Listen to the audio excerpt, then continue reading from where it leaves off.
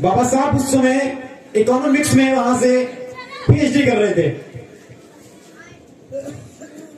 कोई बात नहीं, बाबा साहब को पत्र मिला, बाबा साहब ने देखा कि यार मेरे पास पैसे आ चुके हैं। लेकिन उस चीज में जो मां रमाबाई ने बाबा साहब को पत्र भेजा था, उसमें लिखा कि साहिब आपके बच्चे बीमार हैं और जो आपकी बेटी है मंजुलता, वो इस समय बहुत बेहद बीमार है। तो बाबा साहब अम्बेडकर ने उनसे कहा ठीक है, आप उनका ध्यान रखिए, उनको दवा दिलवाइए। कोई बात नहीं, एक बाबा साहब को पत्र दूसरा मिला, उसमें लिखा था कि साहब आप जल्दी घर आ जाइए, बच्चों की स्वास्थ्य बहुत बिगड़ चुका है। बाबा साहब ने बोला ठीक है, मैं घर आता हूं। बाबा साहब घर आते हैं तो देखते हैं कि बाबा साहब का बेटा वहां पर मृत पड़ा हुआ है।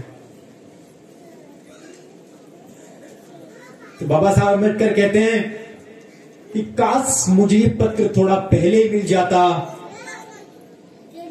तो मैं अपने लाल से दो बात कर लेता, मैं उससे पूछता, मैं उससे बात करता। बाबा साहब अम्बेडकर रमाबाई से कहते हैं कि हे रमा, मेरा बहुत जरूरी काम है और मैं लंदन जाना चाहता हूं। तो बाबा साहब के भाई उनसे कहते हैं कि हे अम्बेडकर, तू कैसा निर्दयी बाप है।